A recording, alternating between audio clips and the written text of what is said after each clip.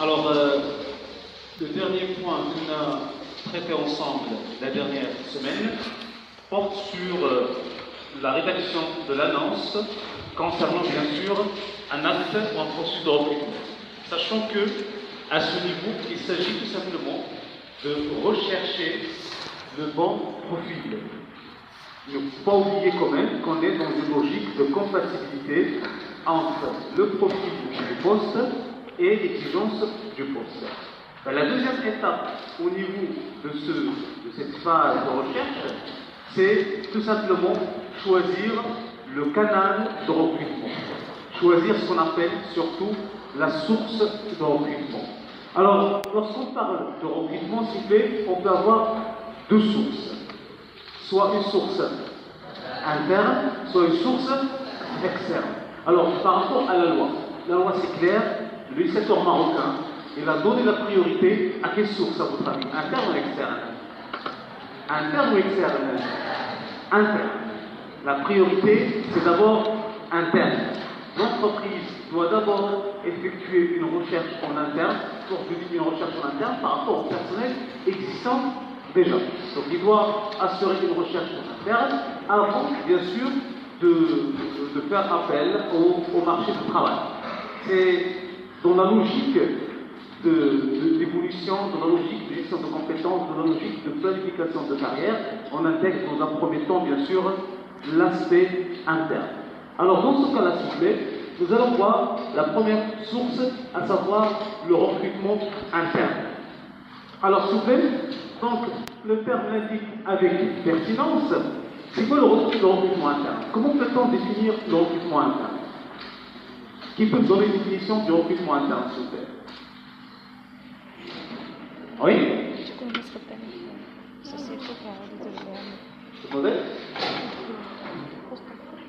Très bien, donc je dois cibler le candidat sur la base de quoi? Le personnel existant déjà.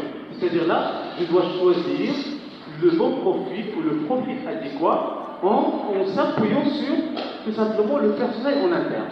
Alors pour faire un tel choix, pour faire tout simplement pour prendre une telle décision, l'entreprise doit savoir impérativement, avoir impérativement une connaissance des compétences disponibles. C'est-à-dire, avant de dire voilà la personne que je vais choisir, il doit avoir tout simplement une idée sur ce qui se passe ou des compétences en interne. C'est pour cette raison que l'entreprise doit tout simplement avoir un bilan social. Un bilan social qui fait référence aussi à la notion de compétence. Avant de faire appel au recrutement interne, vous devez être capable de dire voilà, j'ai 5 personnes, ça c'est l'aspect quantitatif, et chaque personne dispose d'un profil ou tout simplement établi. Donc, profil 1, voilà les compétences techniques qu'il développe avec les compétences comportementales. Je dois avoir une idée sur l'ensemble des personnels en interne. Donc, avant de procéder au recrutement interne, l'entreprise pose la question suivante. Est-ce que j'ai une idée sur le profil ou les profils en interne? Est-ce que je maîtrise cet aspect-là? Sachant que lorsqu'on parle de profil interne, l'entreprise doit poser la question par rapport à l'existant, mais aussi il doit s'interroger sur la capacité d'évolution. Alors là, regardez bien s'il vous plaît, on parle de la notion de potentiel.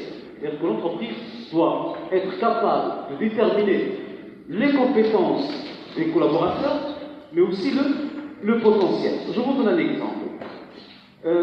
Une entreprise, écoutez bien cet exemple, une entreprise dispose d'un atelier de production. Dans cet atelier de production, il y avait 5 personnes.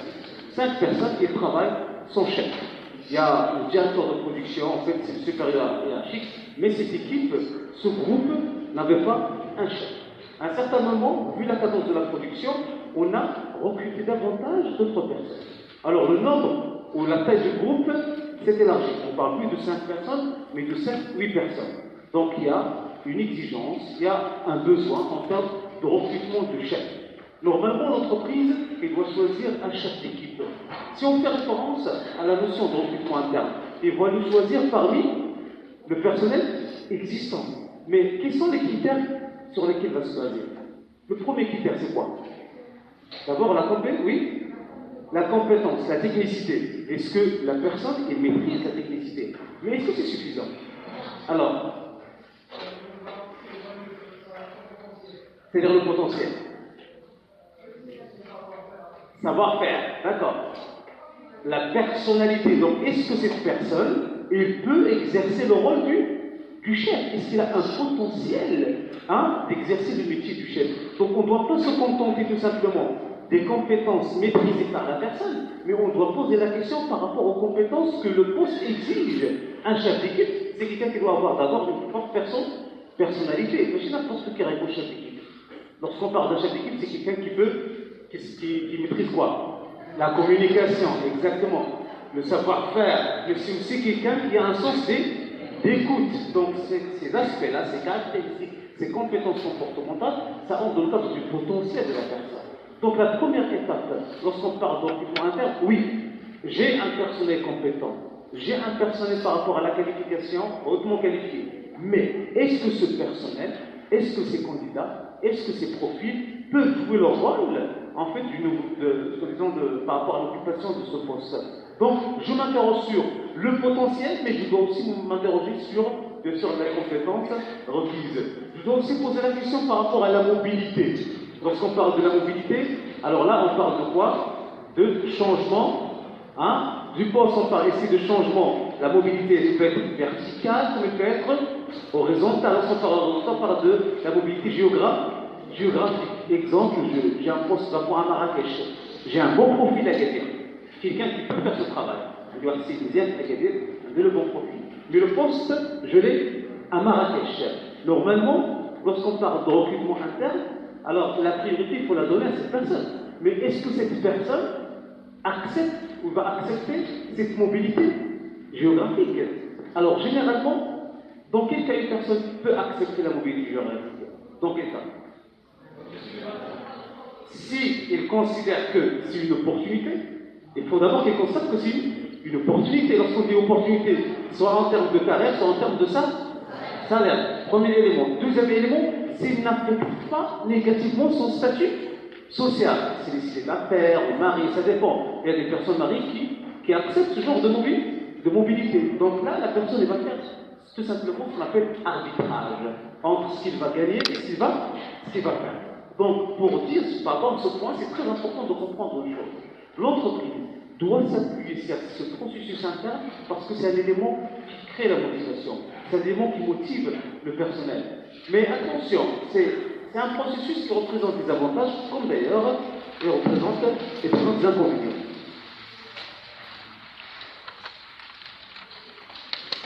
Alors, regardez s'il vous plaît. Parmi les avantages de recrutement interne, il y a, regardez le premier avantage s'il vous plaît, c'est maintien de la culture d'entreprise. Qui peut m'expliquer ce point? Sinon, c'est quoi maintien de la culture d'entreprise? Le recrutement interne constitue un élément pour maintenir la culture d'entreprise. Lorsqu'on fait appel à quelqu'un qui travaille ou qui a travaillé déjà dans l'entreprise, c'est quelqu'un qui partage quoi avec les autres membres de l'entreprise? Il partage les mêmes valeurs, les mêmes normes, les mêmes mesures, les mêmes idées. Alors automatiquement, est-ce que dans ce cas-là, on va avoir un problème de choc culturel? Non. Ça fait 10 années qu'il travaille chez nous, donc il va rester toujours, il va travailler toujours chez nous. Donc il ne va pas venir avec une nouvelle culture. Donc lorsqu'on fait appel au recrutement interne, on est sûr d'éviter un problème culturel. Car après, chez Afkar, mais chez Yam, à l'organisation. Et dans ce cas-là, les entreprises, pour éviter le risque de conflit, ils préfèrent recruter en interne. C'est-à-dire que il faut chef d'équipe, l'entreprise, la chef de l'entreprise, comment ça se passe dans l'entreprise, que de faire appel à quelqu'un qui va apporter des nouvelles valeurs, des nouvelles idées, et on risque d'avoir des problèmes. Donc le recrutement interne, il maintient la culture. C'est un élément qui peut maintenir, bien sûr, la culture d'entreprise. C'est aussi un élément qui facilite l'intégration. Elle a l'intégration. Elle a le seul, on va voir ça par la suite, le seul élément, le seul niveau d'intégration, c'est l'intégration poste. Parce qu'il y a deux niveaux d'intégration. Il y a l'intégration au niveau du poste, il y a l'intégration au niveau de l'entreprise. Lorsqu'on recrute quelqu'un de l'interne, on a besoin de quelle intégration? juste le poste. Parce que si déjà fait une entreprise, il faut juste maîtriser l'aspect ou les aspects techniques liés au poste. Donc, ça facilite l'intégration. Maradis, on peut le soleil à ça. Est-ce que cette personne va s'intégrer, va se familiariser avec les méthodes de travail? Rahwa, comment ça se passe? Troisième élément, source de motivation. Beaucoup de personnes considèrent la promotion interne comme une source de motivation. Pourquoi? Parce qu'il s'agit de quoi? Si je sais de créer une promotion. Mais attention, il peut être source de motivation pour un acteur et aussi source de démotivation pour les autres. Je vous donne un exemple. Supposons que les 4 personnes suivantes travaillent dans le cadre d'un département. Et à la fin de l'année, j'ai besoin d'un responsable. Je nomme une personne. Tu vas être le chef, le responsable de l'équipe. Bien sûr, lui, il va être motivé, parce que c'est un plus. Il va toucher un salaire de plus, il va avoir un poste plus intéressant. Donc, c'est tout simplement une évolution au niveau de sa carrière. Mais les autres personnes, la première question qu'ils vont poser, c'est quoi? Pourquoi lui et non pas moi? Donc, voilà la première question. On a nommé cette personne et on a, par exemple, disqualifié notre profil. Donc moi, en tant que manager ressources humaines, lorsque je fais une tâche et je mets en place une telle décision, je dois être capable de faire quoi? Justifier, argumenter. Pourquoi j'ai assuré la promotion de ce monsieur? Donc lorsqu'on dit justifier, argumenter, je dois écrire quoi dans des indicateurs. Exemple d'indicateurs. La productivité. Il a une productivité plus importante que vous. Deuxièmement, ce monsieur, il respecte la notion du temps, l'assiduité, et il n'a pas de problème de comportement. Parce que pendant toute l'année, il avait juste 2 problèmes de conflit. Donc je dois être capable d'argumenter. Parmi les grands problèmes de recrutement interne, c'est que lorsqu'on met en place une décision de promotion en interne, il faut qu'on soit capable de justifier pourquoi on a assuré cette promotion pour une personne et pourquoi on n'a pas choisi les autres. Et cherche un groupe, ça peut être source de motivation, comme ça peut être source de démotivation. Donc il faut qu'il y ait des bonnes pratiques. Et attention, l'homme de nature, il a toujours tendance à quoi? À valoriser ses compétences. Il est compétent.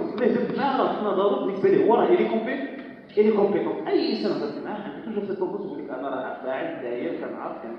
donc, automatiquement, une décision peut toucher à l'orgueil de la personne. Donc, il faut être capable de justifier cet aspect-là.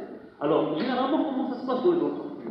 Quand on dit ce genre de recrutement, on procède à ce qu'on appelle l'évaluation. On procède à ce qu'on appelle l'évaluation.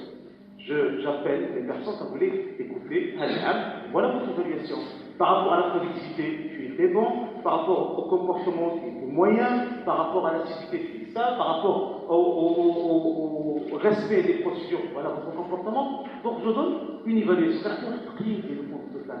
Sur la base de cette évaluation, que je peux choisir, sélectionner les personnes qui vont bénéficier de cette promotion. Maintenant, ce qu'il faut retenir par rapport à cet aspect-là, c'est quoi? C'est que le recrutement interne, c'est une décision qu'il faut mettre sur la base des critères qui sont objectifs, des critères qui sont tangibles, des critères qui sont expliqués et acceptés par le personnel. Dans ce cas-là, on peut parler d'une évolution sans problème de démotivation. Inconvénient, le problème de la promotion interne, problème de recrutement interne, c'est qu'il nécessite un système de formation. C'est clair. Lorsque vous recrutez un comptable et vous dites que ce comptable, d'ici 10 ans, il va être le directeur financier, ça signifie quoi? D'ici 10 ans, un comptable directeur, donc plus 2, c'est un technicien, vous cherchez à ce que ce comptable soit un directeur financier. Achora dit en tant que manager RH, en tant que directeur général, vous allez faire. Il faut donc mettre en place quoi? Un plan de formation. Un plan de formation qui est allé sur les 10 années. Donc, les 2 premières années, on va former la personne par rapport à cet aspect-là. Donc, en même temps, la personne, elle arrive à acquérir plus d'expérience, mais aussi plus de technique et de compétences. Donc, il y a tout simplement une évolution graduelle. Donc, le recrutement interne nécessite la mise en place d'un système de formation. Il y a quelqu'un qui a un bac plus 2, au Brésil, un responsable d'un département financier, il faut mettre en place un système de formation. Par contre, si vous faites appel au recrutement externe, vous allez recruter quelqu'un qui est déjà formé, qui a déjà le profil concerné. Donc, s'il vous plaît, on parle d'un processus qui nécessite ce qu'on appelle un accompagnement en interne, un système d'accompagnement. Un autre inconvénient, et d'ailleurs ça peut constituer un problème, c'est que si on fait appel juste au recrutement interne, on empêche de cette entreprise de l'arrivée des nouvelles idées, nouvelles compétences, nouvelles ressources. À chaque entreprise, toujours quoi? Les mêmes idées, la même façon de faire, les mêmes pensées, la même logique d'action. Où généralement, l'entreprise, dans ce cas-là, elle est pénalisée. Elle est pénalisée. Parce qu'elle n'arrive pas à intégrer les nouvelles idées. Donc, le recrutement interne, c'est un bon processus. Mais attention, il faut l'étudier tout en prenant en considération ses avantages et ses inconvénients. Il faut comparer combien ça va nous coûter et qu'est-ce qu'on va gagner par la suite derrière ce processus. Malheureusement, et je souligne ce point, malheureusement, pas toutes les décisions de recrutement font appel au recrutement interne. Mais chez toutes les décisions de recrutement font appel aux sources internes. Pourquoi? Parce que parfois on a fait le diagnostic interne et on n'a pas trouvé le bon profil. Il ne va pas satisfaire notre besoin. Est-ce qu'on va quand même recruter en interne? Alors, je bien. Il faut s'orienter vers l'externe. C'est pour cette raison, généralement, les entreprises considèrent la source interne comme étant la première étape. Une fois que je n'arrive pas à recruter ou à trouver le bon profil, je peux faire appel au recrutement externe. Mais le problème, dès le moment où je parle de recrutement externe, il y a des problèmes techniques. Alors on pose la question, qui va assurer le recrutement? Comment on va recruter? Le profil de la personne qu'on va recruter? Est-ce qu'on a des exigences de culture?